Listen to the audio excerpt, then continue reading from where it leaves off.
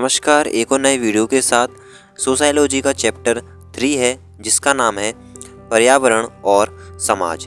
Chapter काफ़ी बड़े बड़े होते हैं, जिससे कि होता ये है कि आपको चैप्टर समझने में टाइम भी ज़्यादा लग जाएगा और इससे जो है आपकी एग्ज़ाम की तैयारी नहीं हो पाएगी, क्योंकि जो एग्ज़ाम बना होता है वो क्वेश्चन आंसरों के माध्यम से ही बनाया जाता है।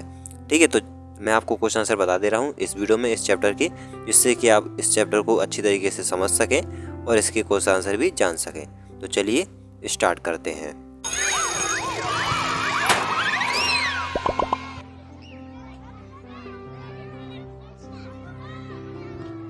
सबसे पहले हम अति लघु उत्तरीय जानने वाले हैं। तो देखिए, पहला प्रश्न है, प्राकृतिक पर्यावरण में किन दशाओं को शामिल किया गया है, किया जाता है? तो उत्तर में होगा वे प्राकृतिक शक्तियाँ जो मनुष्य के नियंत्रण से बाहर हो, यानी मनुष्य उन्हें नियंत्रण नहीं कर सकता है, जो प्राकृतिक हैं। जैसे कि हुआ प्राकृतिक पर्यावरण, जैसे जलवायु, तापमान, ऋतुएं, ये सब प्राकृतिक हैं। इन्हें हम नियंत्रण नहीं कर सकते, मनुष्य इनको नियंत्रण नहीं कर सकता है। ठीक है।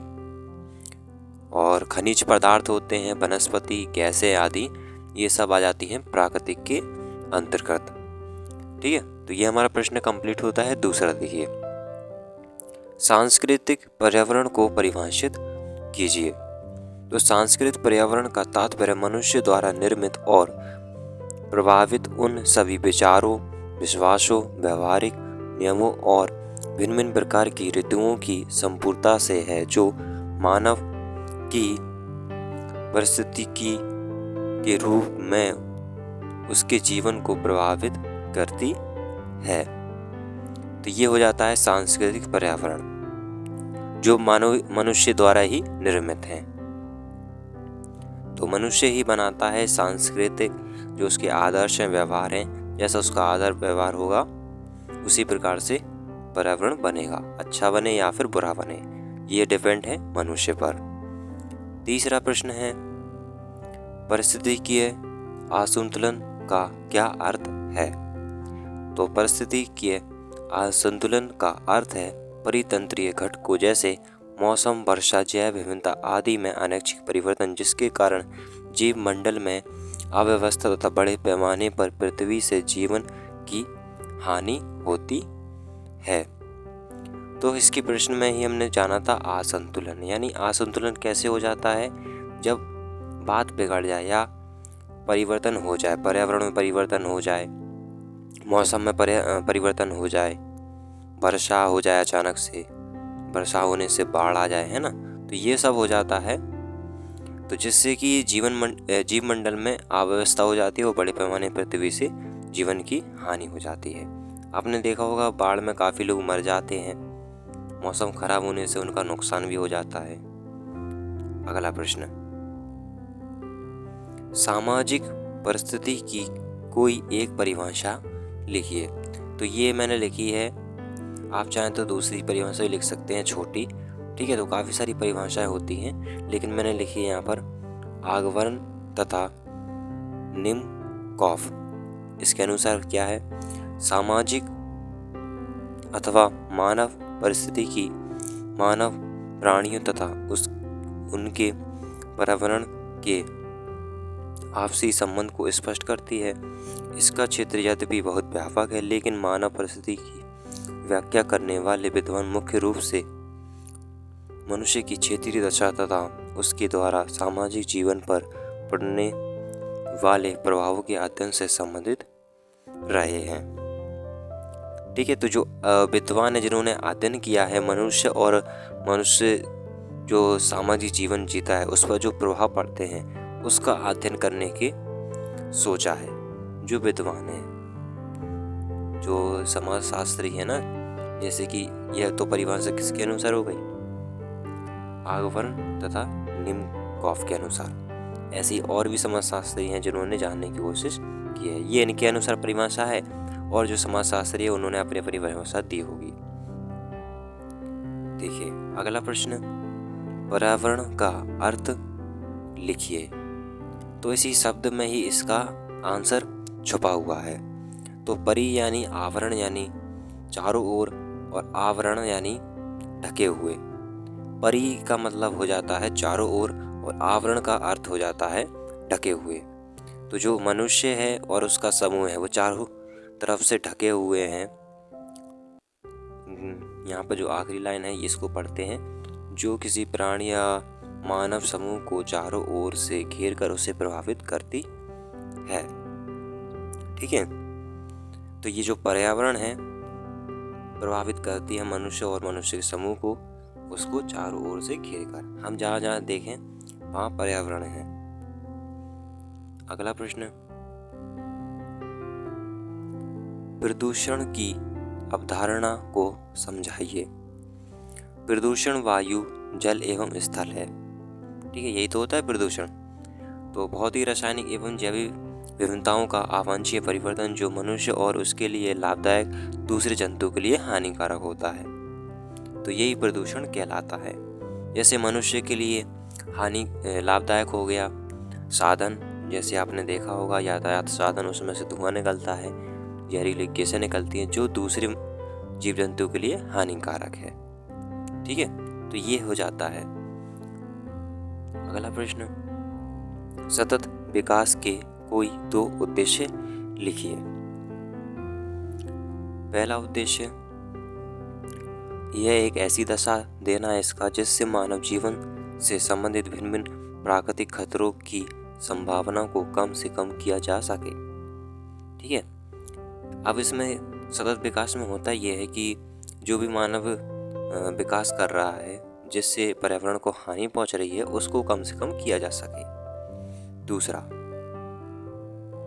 सतत विकास का उद्देश्य आर्थिक विकास को इस तरह आगे बढ़ाना है जिससे प्राकृतिक, मानवीय और पर्यावरण संबंधी संतुलन बनाए रखने के साथ ही समाज के दुर्बल वर्गों को भिन्न भिन्न प्रकार की सुरक्षाएं मिलती रहें। तो सतत विकास का तात्पर्य ये है कि मानव और प्राकृतिक जो हम चीज़ें यूज़ कर रहे हैं उसका जो है, जो दुर्बल वर्ग हैं वो यूज़ कर सकते हैं। जो हमारी आने वाली पीढ़ी है उनको भी वो चीज़ें मिलें जो चीज़ें हमें प्राप्त हैं।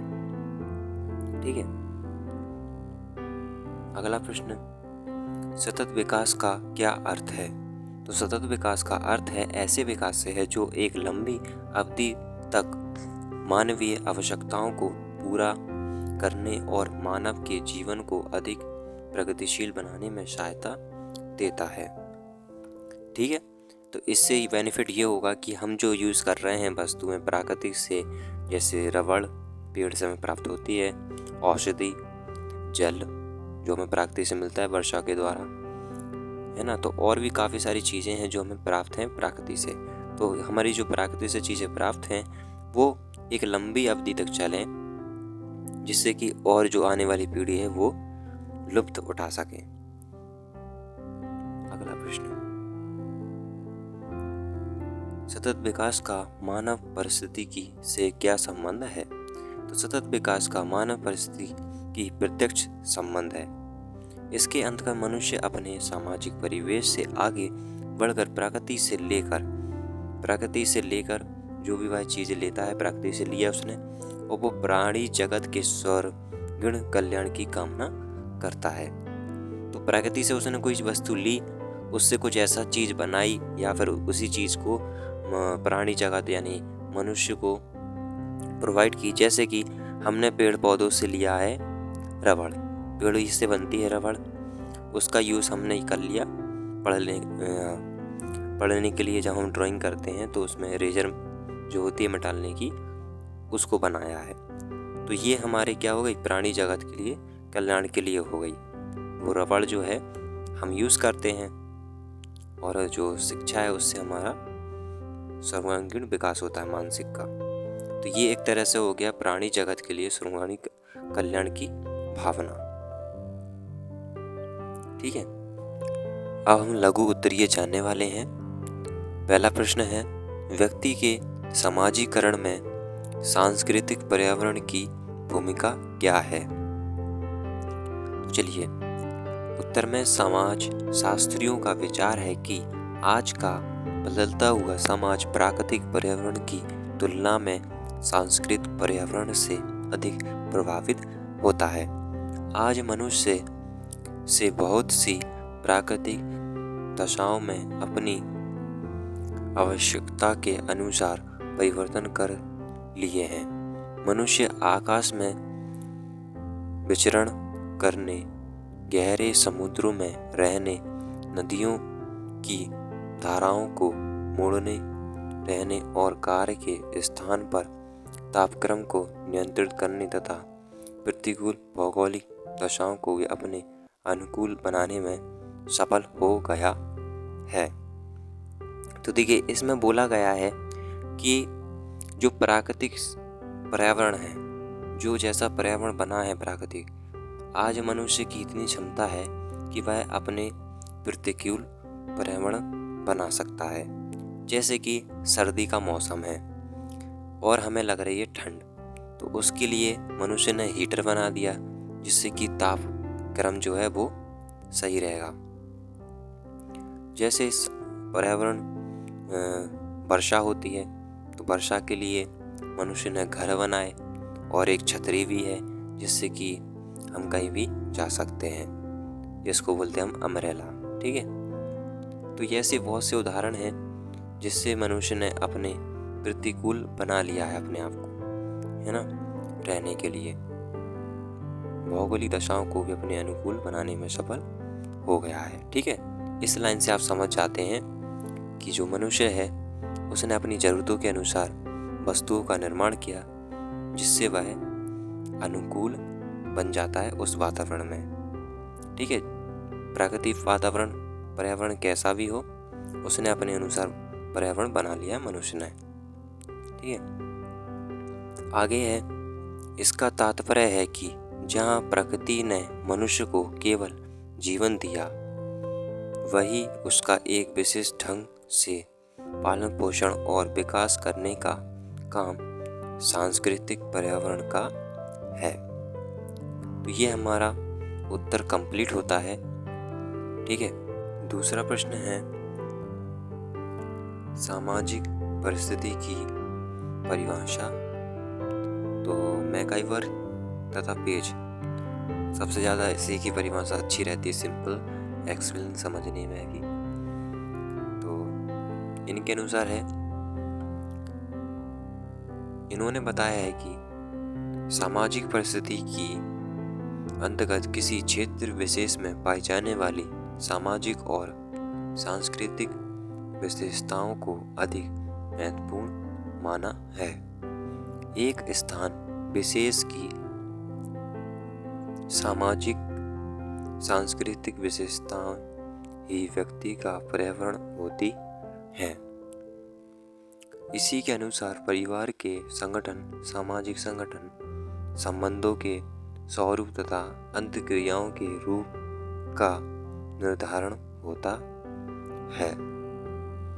तो इसमें बताया गया है सामाजिक और सांस्कृतिक विशेषताओं को अधिक महत्वपूर्ण दिया गया है इस परिभाषा में।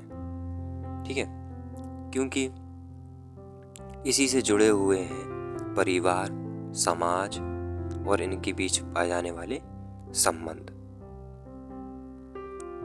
अगला प्रश्न, पर्यावरण के अर्थ को समझाइए। तो पर्यावरण का जो अर्थ है, अति लघु में हमने जो उत्तर जाना था 5, वही इसका उत्तर हो जाएगा। देखिए, अगला है परिस्थिति की तत्व। इसके हमें तत्व के बारे में बताना है। मैकेंजी के अनुसार परिस्थिति के 4 तत्व हैं। पहला है भौगोलिक तत्व, दूसरा है सांस्कृतिक तत्व, तीसरा है आर्थिक तत्व और चौथा है जनसंख्यात्मक तत्व। इनके बारे में आपको बना के लाइन लिख लेना होगा। ओके, ठीक है, इतना तो आप कर सकते हैं। ये आपके लिए एक होमवर्क हो गया छोटा सा। अगला प्रश्न, पर्यावरण की विशेषताओं को समझाइए। तो 4 इसकी विशेषताएं हैं, है ना, ज़्यादा नहीं लिखी हैं, 4 ही लिखी हैं और काफ़ी सारी विशेषताएं होती हैं, है ना। तो पहली जो विशेषता है वो है कि भौतिक और जैविक तत्वों का एक समूह है पर्यावरण। और भौतिक तत्व अपार शक्ति के भंडार है। पर्यावरण में विशिष्ट भौतिक क्रियाएं रहती हैं, क्रियाशील है ना। और चौथा है पर्यावरण का प्रभाव सभी प्राणियों पर प्रत्यक्ष या अप्रत्यक्ष रूप से पड़ता है। देखिए अगला प्रश्न है, सतत विकास की कोई 3 विशेषता बताइए। तो पहला तो है सबसे मोस्ट इम्पोर्टेंट कि प्रदूषण रहित निर्माण पद्धतियाँ और उद्योग। जो प्रदूषण करती हैं जो वस्तुएं हैं उनको कम करना, यही एक कहलाता है सतत विकास। दूसरा प्राकृतिक आवास की सुरक्षा। तीसरा है जल के नवीकरणीय संसाधनों का उपयोग। जो भी जल से संसाधन है हमारे, जल का हमें कम से कम उपयोग करना चाहिए। ठीक है। अगला प्रश्न है, सतत विकास को समावेशित विकास क्यों कहा जाता है। सतत विकास एक दूरदर्शी योजना है, यानी एक लंबे समय की सोच है कि हम जो है अभी इन चीज़ों का हम सेफ्टी करके चलेंगे तो आगे चल के हमारी जो पीढ़ी है वो यूज़ कर सके। आगे देखिए, जो आर्थिक विकास, सामाजिक न्याय, संगतता और पर्यावरण संरक्षण के समावेशन से विकास का आह्वान करती है तथा जो विकास के लिए जो भविष्य की पीढ़ियों आवश्यकताओं का पूरा करने पर जोर देता है। इसके केंद्र में न्याय संगत एवं समावेशी समाज और लोग है। तो जो मैंने आपको अभी शॉर्ट में समझा दिया है वही इसका आंसर है। अगला प्रश्न है, सतत विकास को इसकी परिभाषा बताना है। तो सतत विकास वह विकास है जो भविष्य की पीढ़ियों की अपनी जरूरतों को पूरा करने की क्षमता से समझौता किए बिना वर्तमान की जरूरतों को पूरा करता है। तो हमारे लघु भी कंप्लीट होते हैं। ठीक है। इसमें जो और लाइन है आप वो बना बना के लिख सकते हैं। ये ऐसा एक चैप्टर है जिसमें हम बना बना कर भी लिख सकते हैं। क्वेश्चन कुछ ऐसे ही पूछे गए हैं। आई होप कि आपको वीडियो पसंद आई तो लाइक कर दें और साथ ही चैनल को सब्सक्राइब कर दें ऐसे ही वीडियो नोटिफिकेशन पाने के लिए।